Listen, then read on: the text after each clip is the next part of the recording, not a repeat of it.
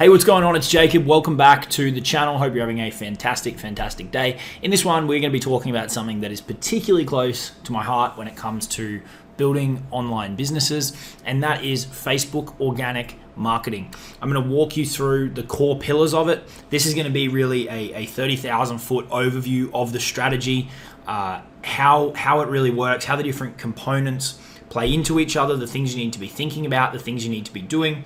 And then in future videos, what we'll do is we'll deep dive into each of these components in more detail. But if you are thinking about doing Facebook organic marketing, or you're currently doing it and you're not getting the results that you want, I think getting clarity around this will help you out a lot. Okay, I've been doing Facebook organic marketing since 2018. It has been at the cornerstone of us blowing up our information business from 0 to 7 figures over the last 4 years, and that's why it's obviously particularly close to my heart. Okay, so we're going to talk about some very, very important stuff when it comes to doing this stuff in 2021, and we're going to move you through the overall process so that you really understand the flow of everything, the customer journey, and the stuff that's important and what's not important, what you need to focus on, what you don't need to focus on. Okay, before we jump into it, if you haven't already, be sure to hit the subscribe button, click the bell icon so you get notified whenever I drop new videos. We're all about building information businesses here, so that could be courses, coaching, consulting, or digital affiliate products. And if you get value from this one in particular at any point in time, go ahead and smash the like button. It really helps get the content out to more people.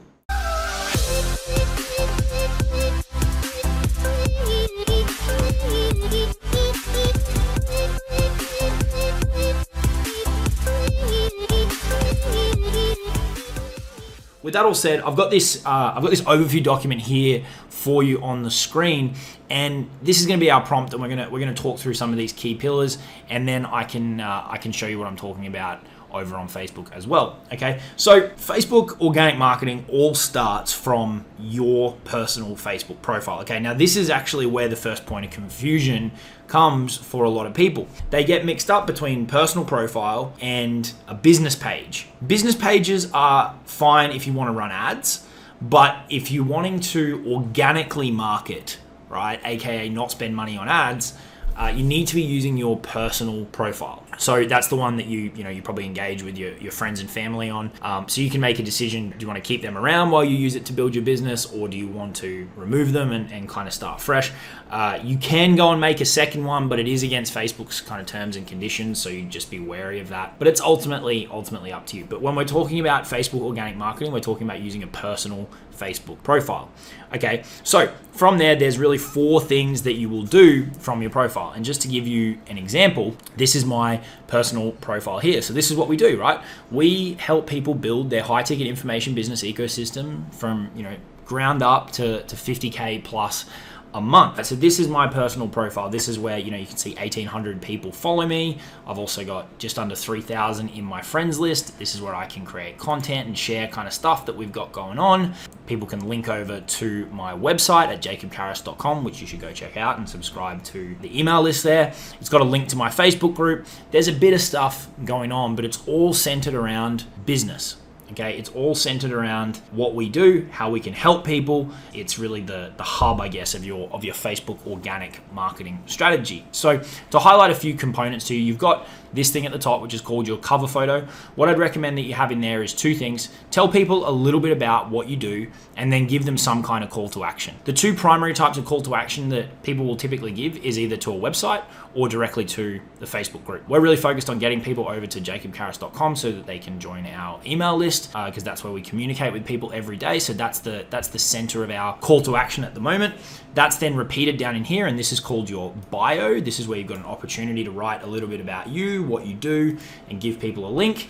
And then the other important components down here are a couple more links. One, back to the website again, and also over to our Facebook group, which we will talk about in a second. Then you've got the feed here where you create your content. So here's a post that I did yesterday where I'm sharing some wins from within my business and within our clients' businesses. So sharing with people what we've got going on. So we had an inner circle member closed a 3K client, another inner circle member just added 24 grand profit to their business, something that's going to take them 3 hours a month to deliver. So that's a really cool win.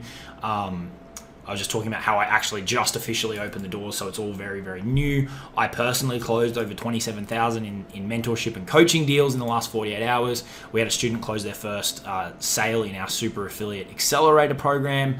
And then I just go on and talking about wins. So it's a platform to create content. It's a platform to grow an audience via your friends list and via the people who follow you, and to give people an opportunity to kind of move over to other places to find you. So a website or a Facebook group, wherever you may want to send them. Okay, so that's the profile in a nutshell, right? Now, what do we do there, right? We build a friends list of prospects, and then also, some people are gonna follow you as well. So that's more people who can see your content, right? And in terms of content, we do a few different things. We create Facebook posts. We can do Facebook Lives. You can do stories, which are the ones that stay up for 24 hours. I've done a lot of other videos on content creation, but some of the core pillars of your content that you want to think about using these types of strategies is you want to be sharing results from your stuff, from your client stuff. You want to be providing value in terms of actually providing helpful information and teaching people, like I'm doing right now. You want to show people you're a real person, right? So integrate some of your lifestyle, integrate some of what you're doing on a day-to-day basis. Share your opinions, right? If there's something going on in your industry that you don't agree with, share that, right? That can be a great way to move certain people from your audience closer and push others away.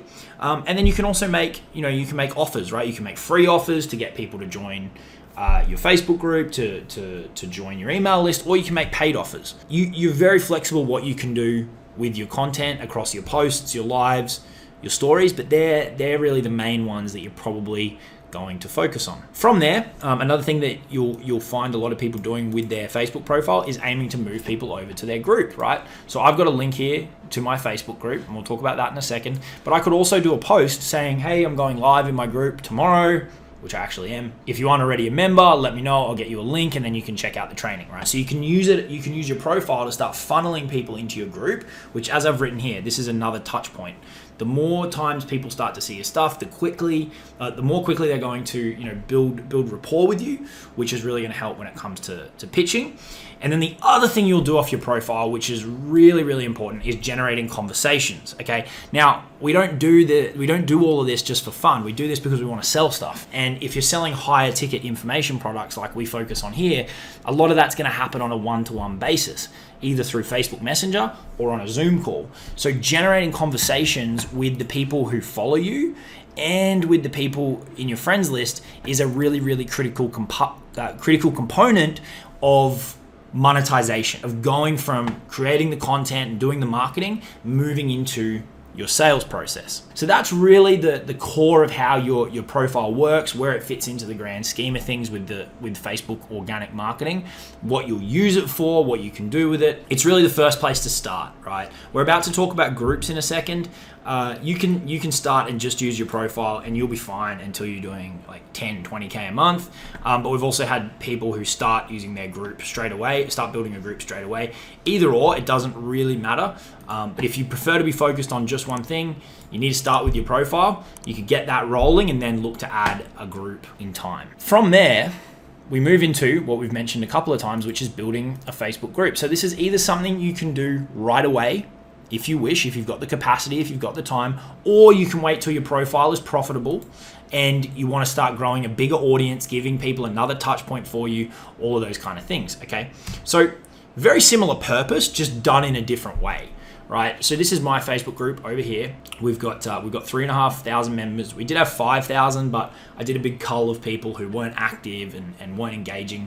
I'd rather a smaller community of people that's more engaged than a bigger community of people who aren't rather. So, this is just basic name, JC's Insiders. So kind of the group is like the next layer in your business, right? Like if YouTube or your profile or Instagram is kind of people externally out in the market who see you, your private group is almost like that next layer in. They're not quite customers yet, but they do have to take an incremental step in order to become a member, right? So think about it as kind of like an inner ring of leads or prospects or people in your audience, right? And then again, it talks about what we do. Same, very congruent messaging across all of it. Some here, you've got the cover photo. We talk about high ticket info businesses and building that ecosystem up to 50K or more per month. Again, email call to action to my website where they can join my email list, and then we talk about it in the name for coaches, course creators, and affiliates. Really, really simple. So this is going to be the next major pillar in your Facebook organic business. This is, again, somewhere that you can create content. So I've got a podcast that's dropping, so I can share that, and then people can raise their hand for it. Other people can share wins. Again, this is the same post you saw before on my profile, so you can repurpose content across the two platforms. You can share value, you can share your opinions. You can see here, this was for a YouTube video. So I move people around the ecosystem using this group as well, because people can raise their hand, and then I can link them here. So for example, new podcast dropping soon. If I was starting my coaching business again from scratch, here's what I do. Jim said, yep, I'd like to check it out. I've linked him, and then he can go and check that out, right? So here's an example of a value post, me just providing some helpful stuff to my audience, okay? So very, very similar to the profile in terms of what you do with it, right? You're building a group of prospects, you're creating content, and then you're looking to move them to other places, right? So you might move them over to your profile from your group. Or like I do, you can move them to your podcast, you can move them to your YouTube channel. It's a vehicle to move people around, and that's why we call it an ecosystem up here at the top, is because ultimately you're going to have multiple touch points, right? Like we run email, we do YouTube, we do podcasting, we have Facebook. It's an ecosystem where you move people around, you provide value, you make offers. Okay, that's how it all works. And you generate conversations, right? You generate conversations with people who join, you generate conversations with people who engage, you generate conversations with people who reach out to you from your group because you're the leader in there, so you've got implied authority. But very, very similar to the profile in terms of what you do with it. It's just another mechanism. The cool thing about a group, which doesn't apply to the profile, is that if you grow your group to a certain point, and the exact number nobody can really tell you, but from my experience, it's typically between 400 and 700 members, and you have enough engagement, what's going to happen is Facebook is going to start recommending your group to people. There's a little bar that appears for people, and it will recommend your group to the right people. Facebook's got a ton of data. It knows the people that are in there. It knows what people want, and it will start recommending your group to more people who it's a good fit for. So it can start to literally generate you leads on autopilot. So you can see here, we've got 19 member requests pending that we need to go through and review in order to see, who we let in, who we don't let in. Right. And in the interest of keeping a group high quality and engaged and free of spammers, you need to review those, and we'll have someone in your team review it like I do, and then they decide who comes in and who doesn't. But that's an added bonus of a Facebook group, is that it will start growing on autopilot from Facebook recommending it when it gets big enough and when it has enough engagement. Okay. From there, so these two are really your core pillars on the front end, where you create your content, where you're building your audience, all of that kind of stuff. And off both of them, you're generating conversation. So you could view those as your two main starting points. People are either going to find you via your profile, or they're going to find you via your group, and then they can bounce between those two places. But from both of those, you're looking to generate conversations, and that's where it ends up in Facebook Messenger. These two feed Messenger. Once you're in Messenger, one of two things can happen. You're either going to aim to have a conversation with someone, build rapport, right? And we're going to talk about the customer journey in a second, because this can happen in a day. It can also happen in 12 months. Build rapport, and then move towards more of a sales conversation. And that can either happen in Messenger and close in Messenger, right? Like we routinely close 5, 10, 15, 20K deals in Messenger, but we've also done that on a Zoom call.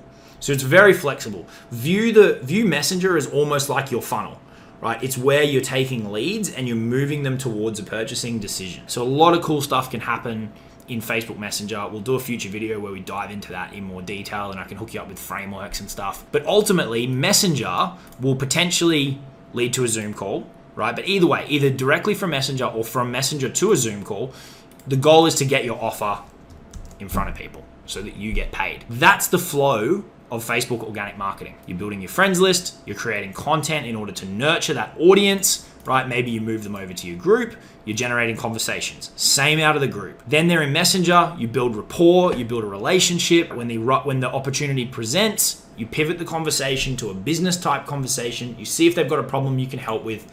You make the offer either on the phone or directly in Messenger, and you close the deal. It's a very simple model.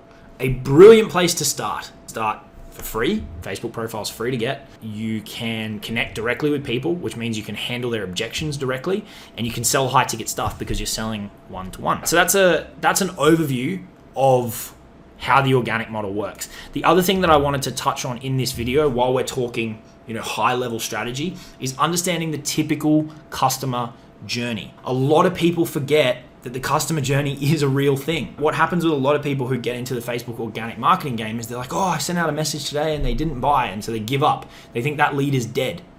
It's not the case. That is in fact a seed that has been planted, and over the course of a week, a month, 12 months, 2 years, I've literally had people come back after 2 years and say, hey, I've been following your stuff for 2 years, I'm ready to buy. It's about building relationships over the long term in two ways. One, through your content, and two, directly through your conversation. And this is why you sell higher ticket stuff, because you don't need a lot of customers in order for it to be a very profitable venture.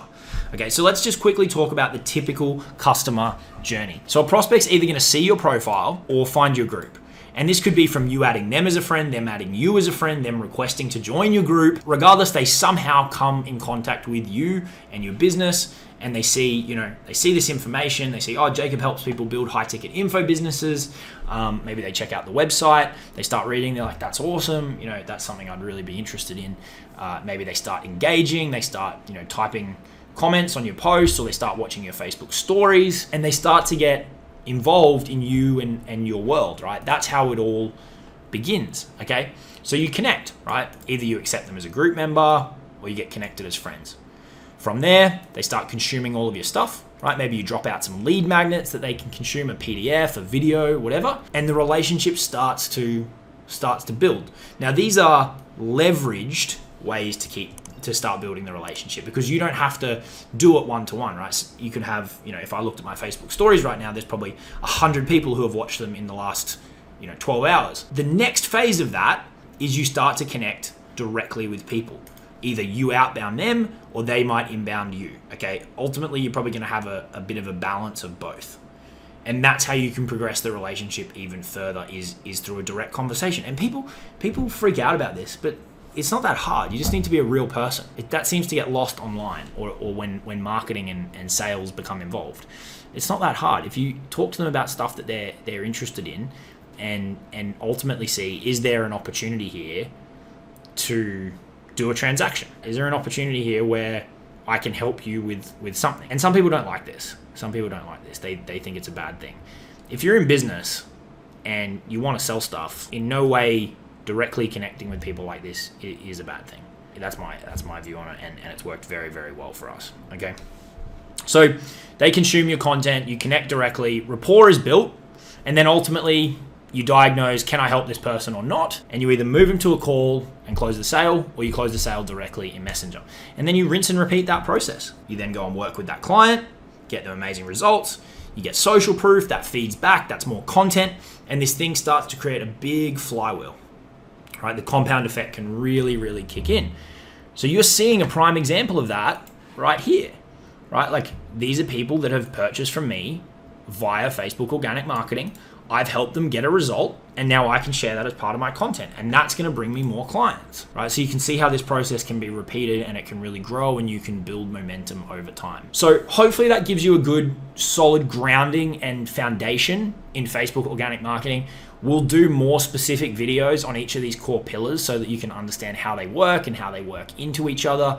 But if you're not doing it, I would highly recommend that you get involved. It's a very, very powerful way to market and sell your products and services.